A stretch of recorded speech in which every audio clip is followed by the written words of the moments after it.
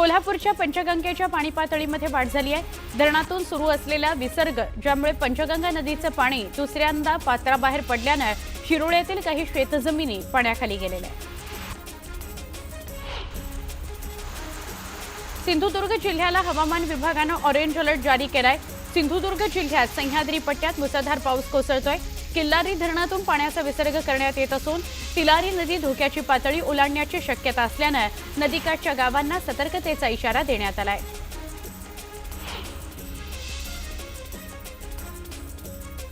रायगड जिल्ह्याला आज आणि उद्या ऑरेंज अलर्ट देण्यात आलाय। अलिबाग मुरुड पेणमध्ये संततधार पाऊस पडतोय।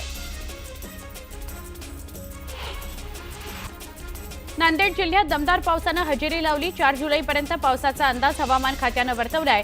बुधवारी संध्याकाळी पडलेल्या मुसळधार पावसामुळे पिकांना जीवनदान मिळालं। बळीराजाला मोठा दिलासा मिळाला। वाशिम तालुक्यातील वाई आणि वारला या गावांमधील काही ठिकाणी जोरदार पावसाला सुरुवात झाली। या पावसामुळे खरीपाच्या सोयाबीन, तूर, कपाशीसह इतर पिकांना चांगला फायदा होणार असल्याने शेतकऱ्यांमध्ये आनंद आहे। कोल्हापुरामध्ये पंचगंगेच्या पाणी पातळीत वाढ झाली आहे। धरणातून सुरू असलेला विसर्ग ज्यामुळे पंचगंगा नदीचं पाणी दुसऱ्यांदा पात्राबाहेर पडलं। शिरोळ्यातील काही शेतजमिनी त्यामुळे पाण्याखाली गेल्या। जळगावच्या अंजनी धरणाच्या जलसाठ्यामध्ये गेल्या पंधरवड्यात 12% वाढ झाल्याची नोंद आहे। धरणामध्ये सध्या 33% पाणीसाठा आहे। ही वाढ तालुक्याच्या दृष्टीने दिलासादायक ठरते। अजूनही समाधानकारक पावसाची प्रतीक्षा आहे। त्यामुळे धरणातील साठ्यात वाढ होत असल्याने शेतकऱ्यांमध्ये आशेचा किरण निर्माण झालाय। मुंबईतील धरण क्षेत्रात पावसाचा जोर कायम आहे। मुंबईच्या सगळ्या तलावांमध्ये 40% जलसाठा उपलब्ध झालाय। पावसाचा जोर असाच राहिला तर धरणं लवकर भरण्याची शक्यता आहे। लातूर जिल्ह्यातील पवार या शेतकऱ्याकडे बैलजोडी नसल्याने स्वतःला अवताला झुंपण्याची वेळ त्याच्यावर आली होती। या पीडित शेतकऱ्याला राज्य सरकारकडून मदत देण्याकरता प्रयत्न करणार असल्याचं राष्ट्रवादी काँग्रेसचे मराठवाडा शिक्षक आमदार विक्रम काळे यांनी म्हटलंय। जालना जिल्ह्यातल्या बदनापूरमध्ये काँग्रेसच्या वतीने भाजपचे आमदार बबनराव लोणीकर यांच्या फोटोला जोडे मारत आंदोलन करण्यात आलं। बबनराव लोणीकरांनी शेतकऱ्यांची जाहीर माफी मागावी अशी मागणी त्यांनी केली आहे।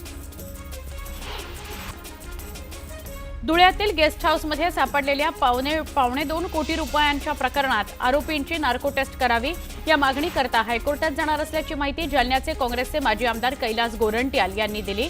तर धुळ्यातील रेशन दुकानदारांकडूनही अंदाजे समितीने 10,000 रुपये घेतल्याचा आरोप सुद्धा गोरंट्याल यांनी केला आहे।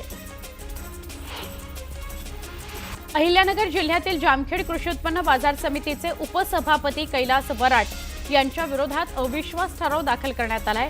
हा प्रस्ताव जिल्हाधिकारी कार्यालयामध्ये सादर करण्यात आला असून यामुळे विधान परिषदेचे सभापती राम शिंदे यांनी आमदार रोहित पवार यांना 6वा मोठा धक्का दिलाय।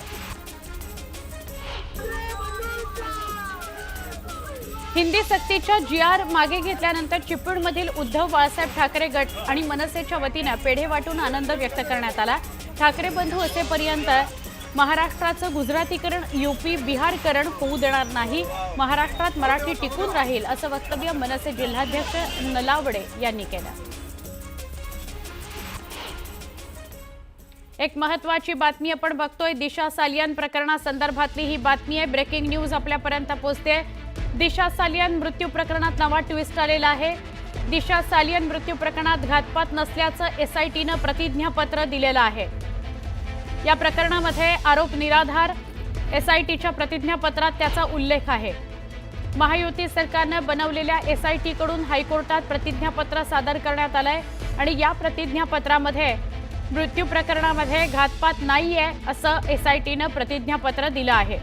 दिशा सालियन मृत्यू प्रकरणातलं मोठं अपडेट, खूप मोठ्या प्रमाणात आरोप होत होते की तिची हत्या झाली आहे, तिच्याबरोबर बलात्कार सुद्धा झालेला आहे आणि त्यानंतर तिची हत्या करण्यात आलेली आहे।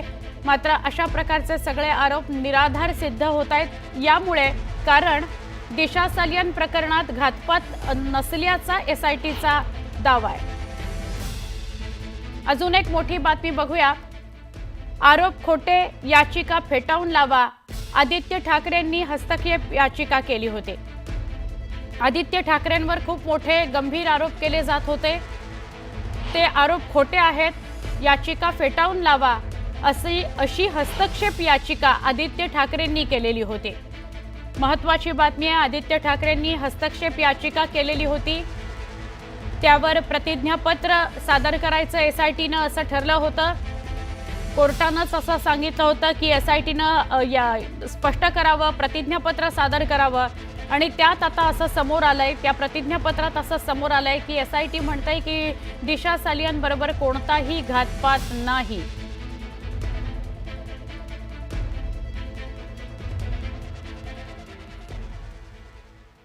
पुन्हा एकदा वेगवान स्वरूपातल्या घडामोडी। रत्नागिरी जिल्ह्यातील राजापूरच्या बारसू परिसरामध्ये हजारो वर्षांपासून अस्तित्वात असलेल्या कातळ शिल्पांचं जतन करण्याचा आदेश हायकोर्टानं दिलाय। या कातळ शिल्पांचं जतन, संवर्धन आणि व्यवस्थापन करण्याकरता मंजूर करण्यात आलेला 4,32,00,000 निधी वापरा असा आदेश मुख्य न्यायमूर्ती आलोक आराधे आणि न्यायमूर्ती संदीप मारणे यांच्या खंडपीठानं राज्य सरकारला दिला। राज्य सरकारनं शालेय पोषण आहार योजनेमध्ये प्रतिदिन प्रति विद्यार्थी लाभार्थी खर्च वाढवण्याचा निर्णय घेतलाय। 1 मे 2025 पासून सुधारित दर लागू केला आहे। या निर्णयामुळे जिल्ह्यातील 4,076 शाळांमधील 4,78,134 हून अधिक विद्यार्थ्यांना थेट लाभ मिळणार आहे। बुलढाणा जिल्ह्यातील नांदुरा तालुक्यातील खुमगाव, बुट्टी, केदार, मामुलवाडी, धाडी, भिलवाडी इथून शेकडो विद्यार्थी रोज शिक्षणाकरता ये-जा करत असतात, पण अध्यात्माकडून येण्याच्या रस्त्यावर काटेट चिखल असल्यानं विद्यार्थ्यांना तारेवरची कसरत करावी लागते। शाळा सुटल्यानंतर घरी जाण्याकरता वेळेत बस मिळत नसल्यानं शहापुरातील धसई इथं विद्यार्थ्यांनी आंदोलन केलं। मात्र दुसऱ्या दिवशीही तीच परिस्थिती असल्यानं विद्यार्थ्यांना पुन्हा आंदोलन करावं लागलं। राज्यातील जिल्हा परिषदेच्या तब्बल 18,000 शाळांमध्ये पटसंख्या 20 पेक्षा कमी आहे। या शाळांमध्ये विद्यार्थी संख्या कमी असली तरी कुठलीही शाळा बंद करणार नाही असं उपमुख्यमंत्री एकनाथ शिंदेंनी विधानसभेमध्ये आश्वासन दिलेलं आहे।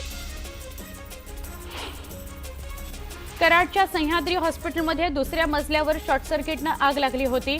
हॉस्पिटलच्या दुसऱ्या मजल्यावर 43 पेशंट्स उपचार घेत होते, पण अवघ्या काही वेळात हॉस्पिटल प्रशासनानं आगीवर नियंत्रण मिळवल्यानं मोठा अनर्थ टळला।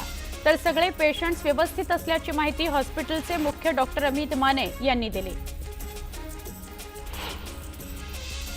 जळगावच्या चाळीसगाव तालुक्यामध्ये शेती कामांना वेग आलाय।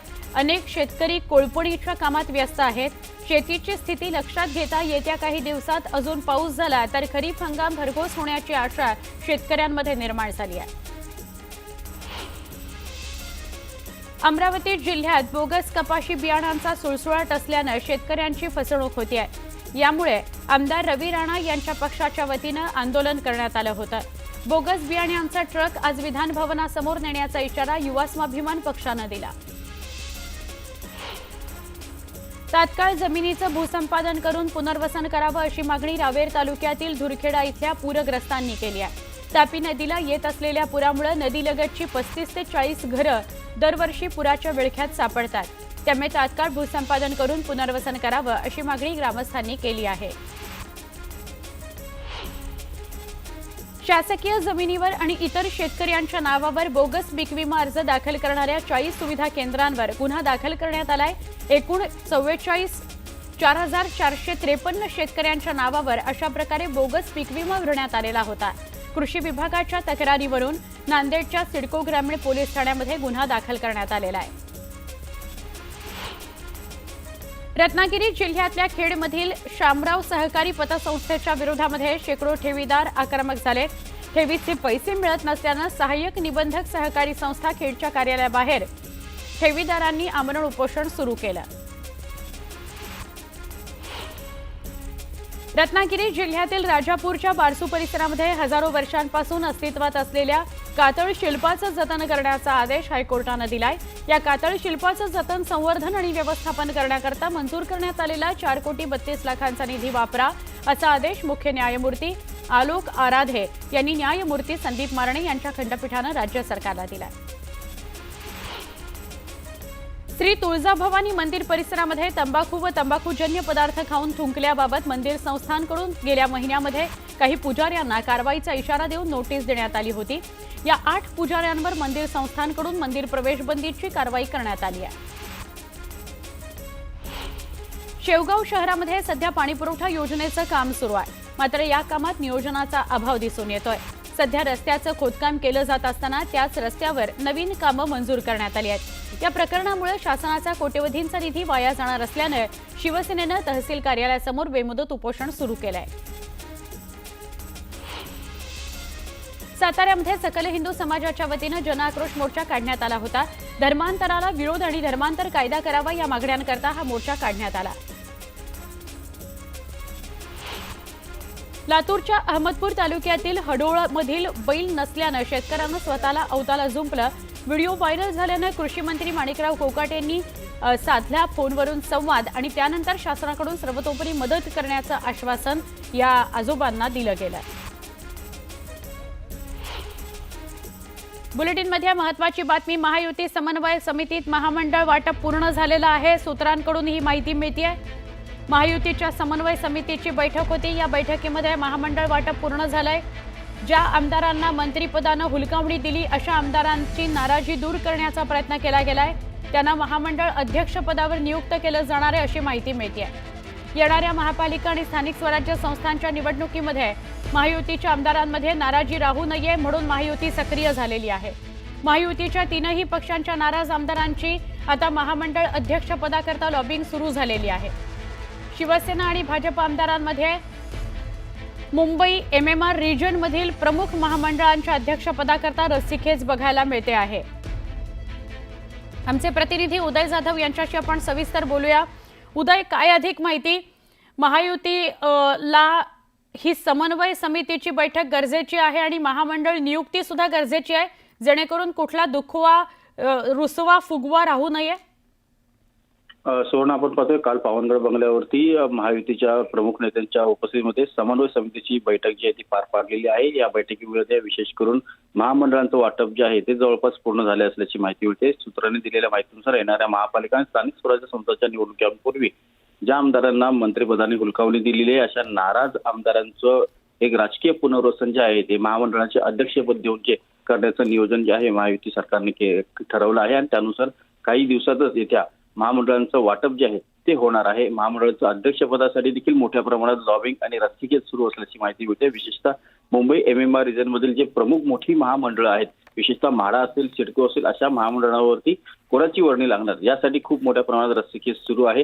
विशेषतः MMR region, Mumbai MMR region मध्ये भाजप आणि शिवसेनामध्ये मोठ्या प्रमाणात रस्सीखेच सुरू असल्याची माहिती मिळते। त्यामध्ये आता कोण आमदार बाजी मारते महामंडळाच्या अध्यक्षपदावरती हे आता पाहावं लागेल। नक्की धन्यवाद ही माहिती दिल्याबद्दल उदय। बातमी 36 जिल्ह्यांची सुरू करूया। बोरिवलीतील संजय गांधी राष्ट्रीय उद्यानाच्या हद्दीत राहणाऱ्या आदिवासी कुटुंबाचं अविकसित क्षेत्र म्हणून निश्चित केलेल्या जमिनीवर पुनर्वसन करण्याचा मार्ग मोकळा झालाय। शहरी विकास विभागानं विकास नियंत्रण नियमावली 2034 अंतर्गत नियम 34 मध्ये सुधारणा करण्याचा निर्णय घेतलेला आहे। आंतरराष्ट्रीय फॅशन शो मध्ये कोल्हापुरी चपलेचा वापर केलेल्या इटलीतील प्राडा या कंपनीनं नरमाईची भूमिका घेतली आहे। कोल्हापुरी चपलेबाबत या कंपनीनं चर्चेची तयारी दाखवली आहे। पुढील आठवड्यामध्ये या कंपनीचे वरिष्ठ आणि भारतीय शिष्टमंडळ यांच्यात एक बैठक होणार असल्याचं Maharashtra chamber of commerce industry and ॲग्रिकल्चरचे अध्यक्ष ललित गांधी यांनी सांगितलं। पुण्यातील पालिकेची 7 नाट्यगृह तसंच सांस्कृतिक केंद्रांची साफसफाई आणि स्वच्छतेकरता 1,22,00,000ची निविदा काढण्यात आली आहे। याकरता संबंधित ठेकेदाराला हे काम करण्याकरता परवानगी देण्यास कराराकरता मान्यता द्यावी असा प्रस्ताव ठेवण्यात आला आहे। पिंपरी चिंचवड मनपानं 112 कोटी रुपये खर्च करून 1 एप्रिल 2025 पासून दस्तावेज व्यवस्थापन प्रणाली DMS सुरू केली होती। दरम्यान ही यंत्रणा मंगळवारपासून बंद पडली आहे, त्यामुळे 2 दिवसांपासून सगळं काम ठप्प झालेलं आहे। वाशीच्या APMC मार्केटमध्ये भाजीपाल्याची आवक मर्यादित असल्यानं भावात वाढ झाली। मागच्या आठवड्यापासून बाजारात भाज्यांचे भाव वाढायला सुरुवात झाल्यानं सामान्यांच्या खिशाला कात्री बसते आहे। आंतरराष्ट्रीय फॅशन शोमध्ये कोल्हापुरी चपलेचा वापर केलेल्या इटलीतील प्राडा या कंपनीनं नरमाईची भूमिका घेतली आहे. कोल्हापुरी चपलेबाबत या कंपनीनं चर्चेची तयारी दाखवली आहे. पुढील आठवड्यामध्ये या कंपनीचे वरिष्ठ आणि भारतीय शिष्टमंडळ यांच्यात एक बैठक होणार असल्याचं Maharashtra chamber of commerce, industry आणि ॲग्रिकल्चरचे अध्यक्ष ललित गांधी यांनी सांगितलं. उल्हासनगरच्या शांतीनगर भागातील बहुचर्चित स्काय डोमच्या बेकायदेशीर बांधकामावर अखेर महापालिकेनं तोडक कारवाई केली आहे. अतिरिक्त आयुक्त किशोर गवस यांच्या आदेशानुसार पोलीस बंदोबस्तात बांधकामावर बुलडोझर फिरवण्यात आलाय. गुजरातमध्ये कांद्याच्या भावात मोठी घसरण झाल्यानंतर शेतकरी संकटात सापडलाय. ही गोष्ट लक्षात घेत गुजरात सरकारनं प्रति क्विंटल 350 रुपयांचं अनुदान जाहीर केलंय. त्याच पार्श्वभूमीवर नाशिक जिल्ह्यासह मनमाड, मालेगावातील शेतकऱ्यांनी अनुदान मिळावं अशी मागणी केली आहे. पुणे शहरातील महापालिकेची 7 नाट्यगृह तसंच सांस्कृतिक केंद्राची साफसफाई आणि स्वच्छतेकरता 1,22,00,000 रुपयांच्या निविदा काढण्यात आल्या आहेत. त्यामध्ये बालगंधर्व रंगमंदिरासह यशवंतराव चव्हाण नाट्यगृह, पंडित भीमसेन जोशी कला दालन यांचा समावेश आहे. संबंधित ठेकेदाराला हे काम करण्याची परवानगी देण्याबरोबरच त्यांच्याशी करारासाठी मान्यता द्यावी असा प्रस्ताव स्थायी समितीसमोर ठेवण्यात आलेला आहे. पुण्यातील खडकवासला इथल्या एनडीए इथं थोरले बाजीराव पेशवांचा भव्य अश्वारूढ पुतळा उभारण्यात आला. या पुतळ्याचं शुक्रवारी केंद्रीय गृहमंत्री अमित शहा यांच्या हस्ते अनावरण होणार आहे. ट्रक, टेम्पो आणि कंटेनर सारख्या अवजड माल वाहतूकदारांच्या मागण्यांबाबत बैठकीत कोणताही तोडगा न निघाल्यानं माल वाहतूकदारांचा संप सुरूच राहणार आहे, अशी माहिती दिली राज्य माल व प्रवासी वाहतूक संघटनेचे अध्यक्ष बाबा शिंदे यांनी. वाहतूकदारांच्या संपाचा भाजीपाला व इतर पुरवठ्यावर पहिल्या दिवशी कोणताही परिणाम झाला नसल्याचं दिसून आलं.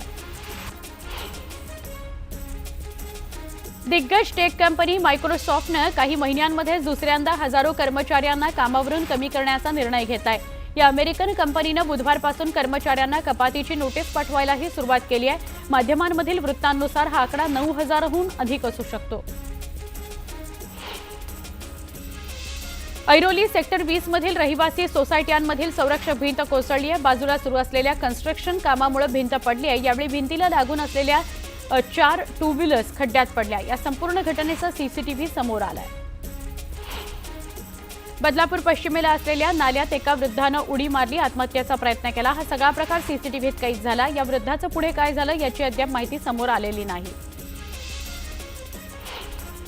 मुंबई विद्यापीठाच्या दूरस्थ आणि ऑनलाईन शिक्षण केंद्रामार्फत चालवण्यात येत असलेल्या master of management studies and master of computer application या 2 वर्षीय अभ्यासक्रमांच्या ऑनलाईन प्रवेश प्रक्रियेकरता अर्ज भरायला सुरुवात झालेली आहे. विद्यार्थ्यांना 17 जुलैपर्यंत अर्ज सादर करता येणार आहेत.